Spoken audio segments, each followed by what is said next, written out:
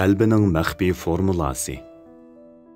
Moro mujohidlari va Uyg'urlarning ozodligi uchun yangi mash'allar. 3-qism. Abduri Mirkamil Kashg'ari. 3-bob. Burkut soyisidan chiqqan yilon va yangi avlodning g'azibi.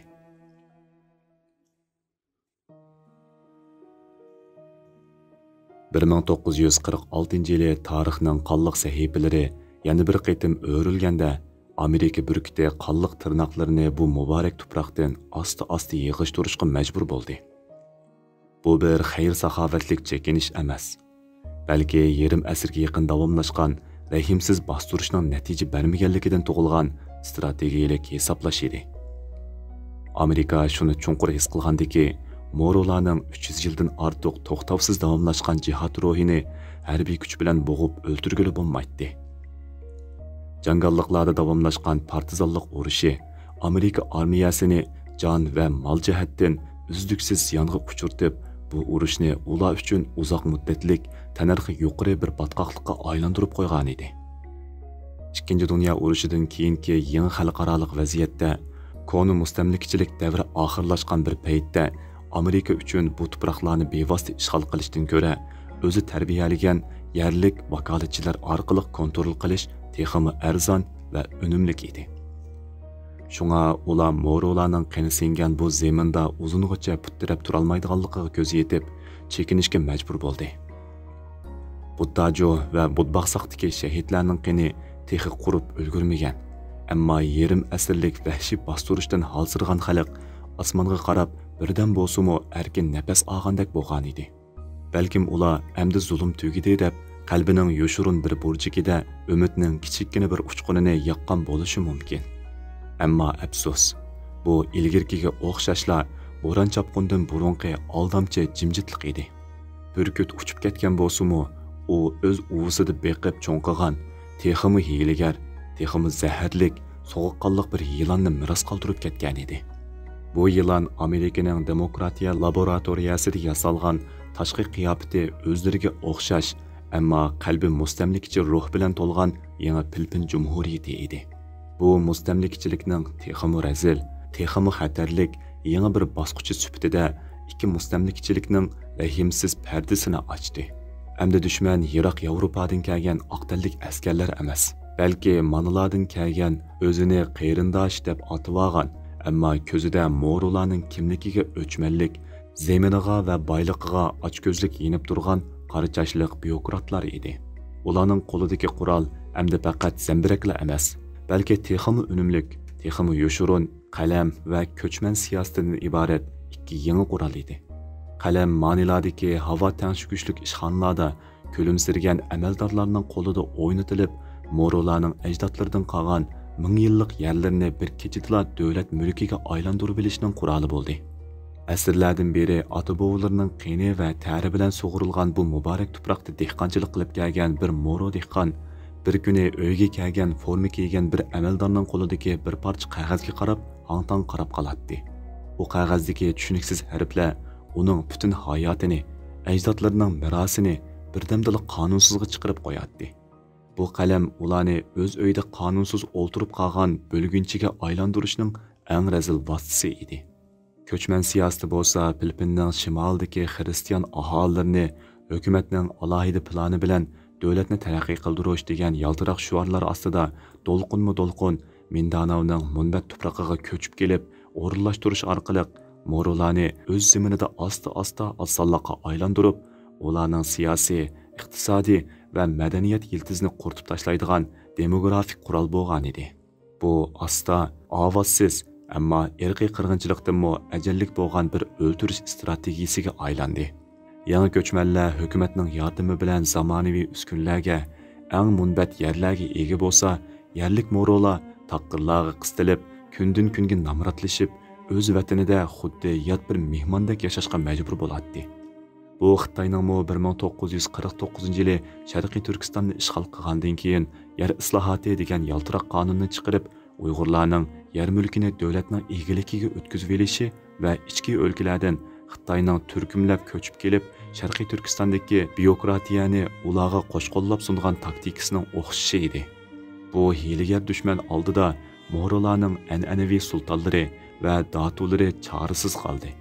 Ularning ba'zilari Filippinning avtonomiya degan shikarga o'ralgan zahriga aldinib, hukumat bergan amal mansablar uchun xuddi ishg'oldan keyin kommunistlashgan Uyg'ur bürokratlarga o'xshash o'z xalqining manfaatini setishga boshladi.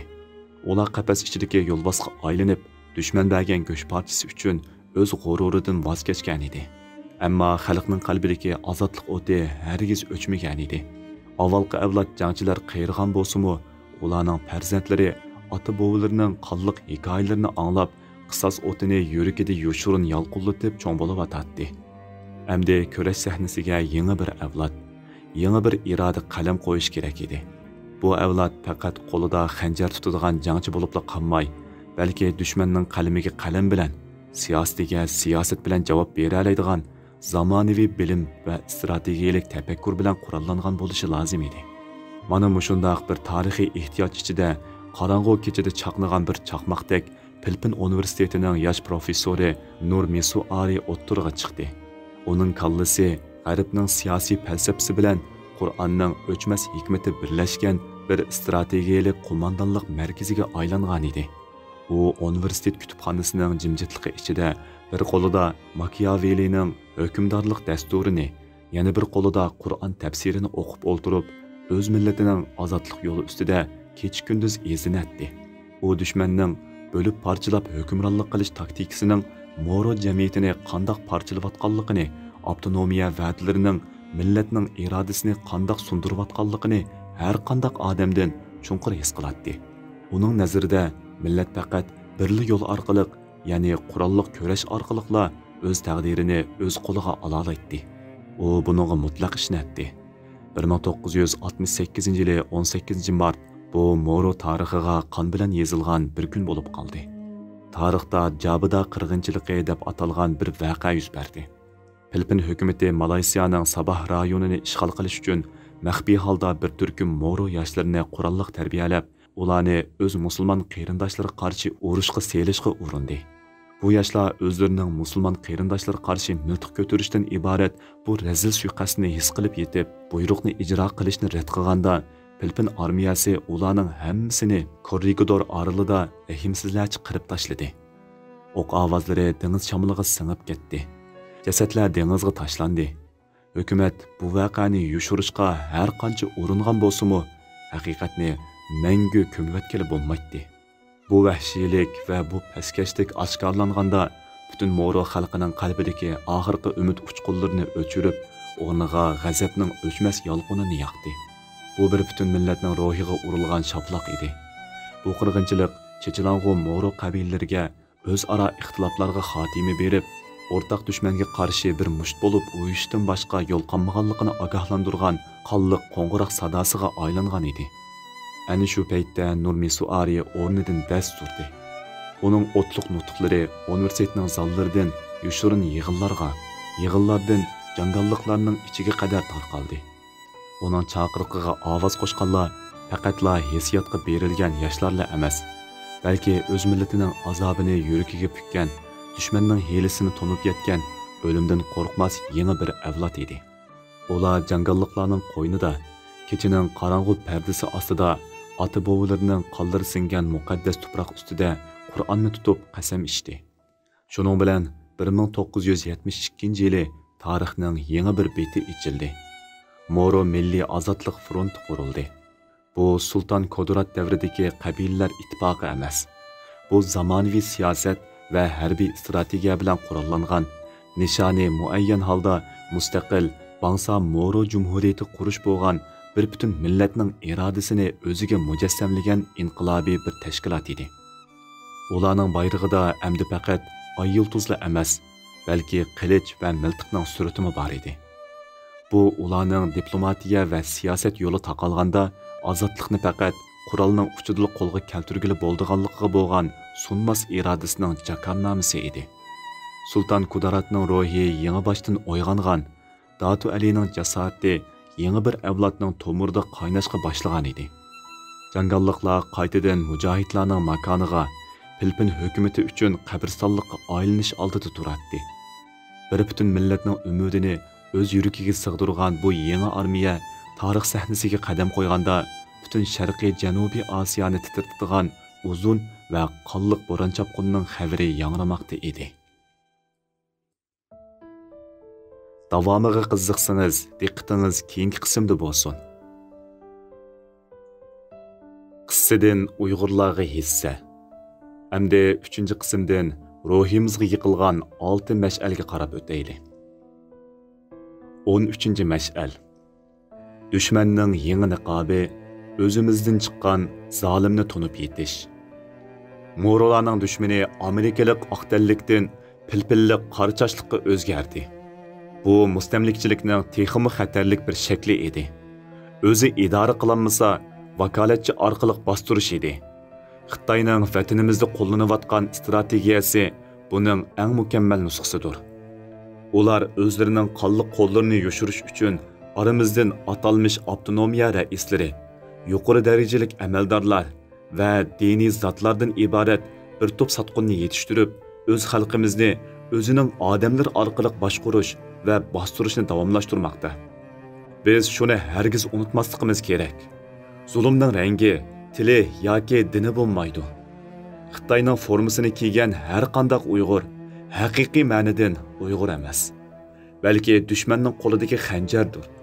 Haqiqiy dushmanni tonish uchun uning chiroyiga emas, uning kimning manfaat uchun xizmat qilayotganligiga qarash kerak. 14-mash'al demografik, ya'ni nüfus qurilma urushi, ovozsiz irqiy qirg'inchilikning anatomiyasi. Filippin hukumatining ko'chmanlarni ishlatib, Mo'rolarni o'z zaminida osonlikqa aylantirish strategiyasi Xitoyning Pingtuan va ichkirlardan yo'tkalgan Xitoy ko'chmanlari orqali Sharqiy Turkistonning demografiyasini o'zgartish bilan qo'rqinchli darajada o'xshib ketadi. Bu miltiq ovozi anglanmaydigan, ammo bir millatni tarixdan butunlay yo'qotib etishni nishon qilgan eng razil va eng unumli bir urush shaklidir. Biz shuni tunib yetishimiz kerakki, dushmanning har bir yangi qurilishi, har bir yangi ko'chman rayoni bizning mavjudligimizga qartib etilgan bir o'qdir. Bu urushga qarshi turish faqat siyosiy norozilik bilan bo'lmaydi.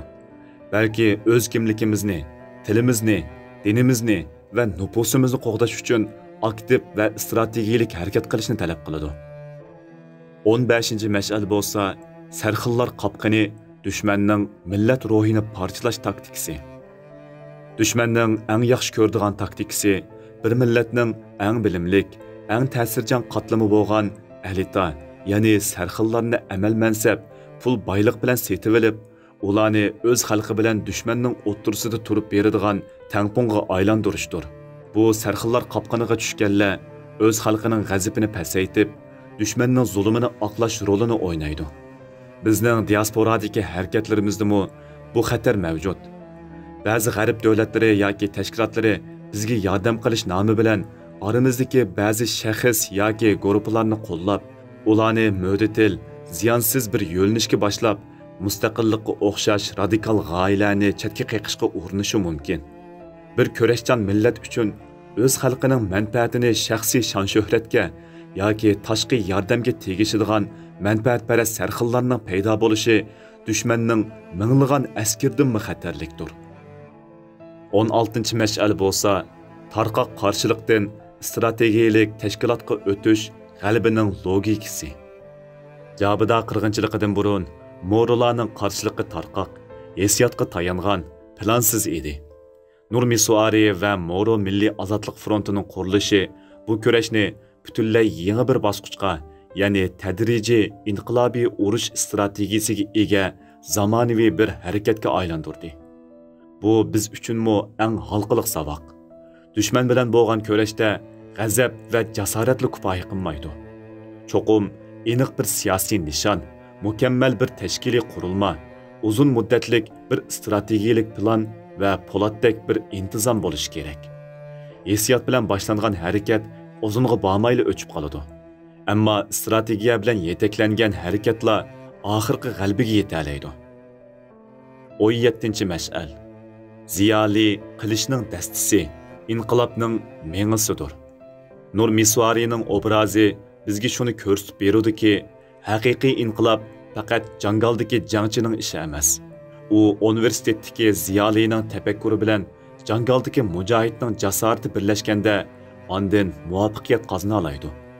Qilich o'tkir bo'lgan bilan uni qandoq ishlatishni bilmasa, u faqat temir parchasidir. O'z millatining e'tiqodiy yildizidan suv ichgan ziyoli, inqilobning ideologiyasini yaratadigan, dushmanning strategiyasini analiz qiladigan, dunyoga o'z hikoyasini anglatadigan va kurashga to'g'ri yo'lnish ko'rsatib bera oladigan mengadir.